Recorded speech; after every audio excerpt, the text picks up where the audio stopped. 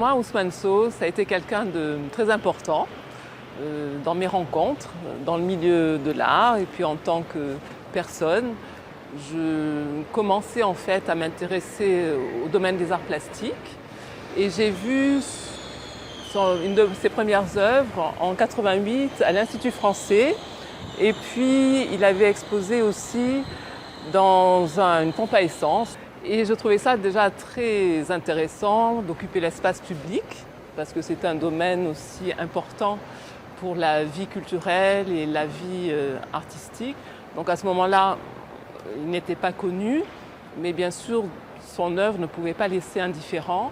Et à mon avis, bien sûr que c'est quelqu'un qui a été très important pour le Sénégal, mais aussi pour l'art sur le continent et l'art dans le monde, parce qu'il a amené une touche très personnelle dans sa manière de donner vie au corps humain, au corps masculin, parce que c'est ce qu'il créait en priorité, c'était les corps masculins.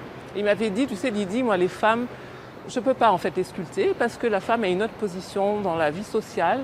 Elle est auprès des enfants, elle a un rôle important, mais je ne peux pas les représenter de la même manière que les hommes. Son œuvre au musée, c'est vraiment une étape importante.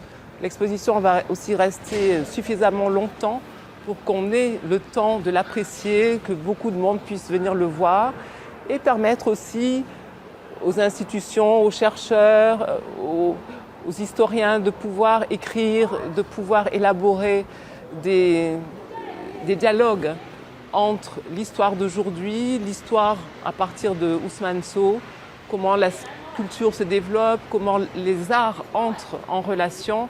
Et donc son œuvre est vraiment un moment important dans l'histoire et du Sénégal, de la sculpture, du continent et au niveau global.